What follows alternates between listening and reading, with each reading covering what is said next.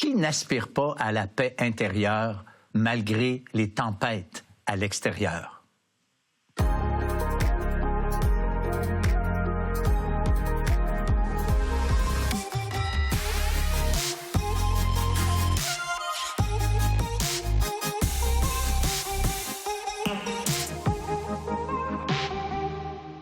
Bonjour, bienvenue à l'heure de la bonne nouvelle. On est dans une série qui s'intitule « Si tu connaissais celui ». Et aujourd'hui, pour cette émission, j'ai avec moi Martin Lébreux. Salut François. Salut mon cher Martin. Alors, on aborde un sujet concernant aujourd'hui quel sujet précis? La paix. En fait, si tu connaissais celui qui veut te donner la paix. Puis moi, j'aime ce sujet-là parce que c'est quelque chose qui rejoint tout le monde. En fait, je connais personne qui aspire à l'angoisse, à l'anxiété, à la panique. J'ai été sur Google cette semaine pour voir qu'est-ce qui inquiète les gens dans le monde. Et là, c'est quand même général parce qu'on parle dans le monde. Donc, il y a des pays, c'était peut-être plus la corruption politique. D'autres, c'était peut-être plus l'idée qu'est-ce que je vais manger demain. Donc, le climat, hein, le réchauffement de la planète, le chômage. Mais tout ça, c'est des éléments extérieurs. Quand on arrive le soir puis on se couche, qu'est-ce qui m'empêche de dormir? C'est certainement pas le climat politique, le réchauffement de la planète, mais c'est des choses plus à l'intérieur de nous, des choses qu'on vit à tous les jours. Alors, je me suis posé la question, qu'est-ce que j'ai vécu cette année qui m'a angoissé, qui m'a enlevé ma paix. Et moi, cette année, ça a été quand même difficile. Ma mère, elle a été diagnostiquée avec un cancer en septembre, agressif.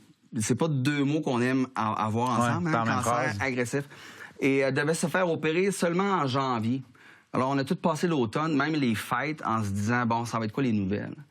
Parce que ça peut être, tout est beau, on l'a enlevé, ou ça peut être, agressif, il a commencé à se répandre, puis il est trop tard, il vous reste... Donc, comment on fait dans ces moments-là? Puis les gens vivent toutes sortes de choses. Je veux dire, quand on se couche le soir, qu'est-ce qui vient nous tracasser, nous angoisser? Puis, ça peut être des querelles en famille, ça peut être un enfant malade. Il y a tellement de choses qu'on vit personnellement.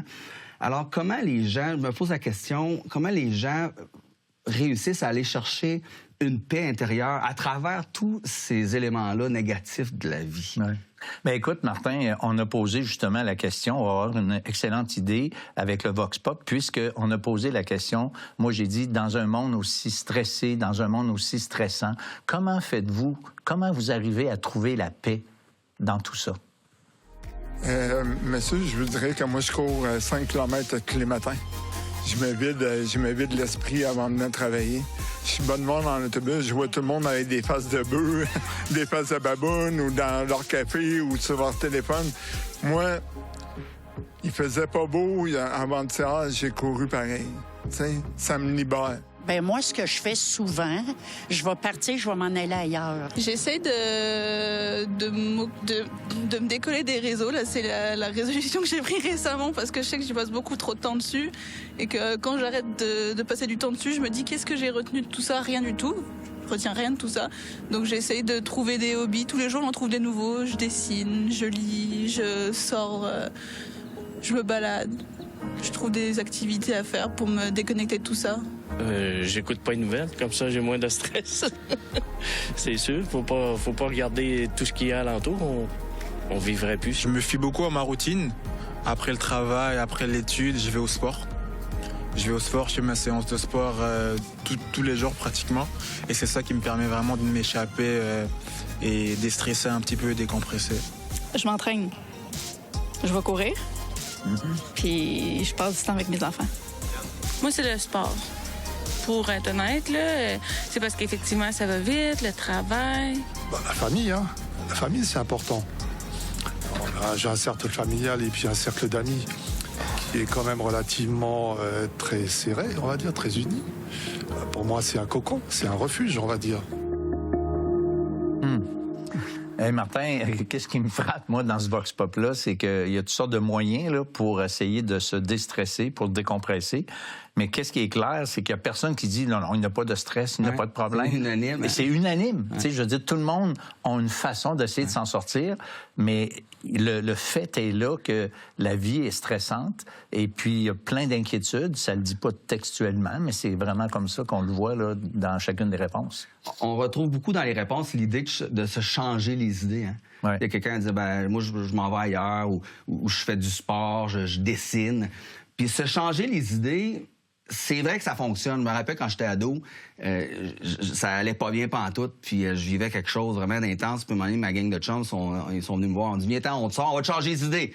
Écoute, ça a marché. Ils m'ont changé les idées avec l'aide de quelques substances, là, mais ça a juste marché le soir. Quand je suis revenu après la soirée, mes problèmes étaient encore là. Donc, ça marche, mais juste pour un temps. Ouais. Puis la question que je me pose, moi, est-ce que Jésus a plus à nous offrir que juste nous changer les idées? Oui, parce que même le sport et toutes ces choses-là, c'est bon, c'est très bon même. Toi, t'en fais, puis il y en a beaucoup qui en font, puis ça fait du bien. Mais est-ce que Jésus a justement quelque chose de plus loin que ça à nous offrir? Bien, c'est ce qu'on va voir dans le prochain segment. Avec Martin et moi, on va regarder ça ensemble. Jésus, il sait que ça s'en vient, la tempête, personne d'autre. C'est lui qui est mis un peu dans ce pétrin-là. Jésus dort.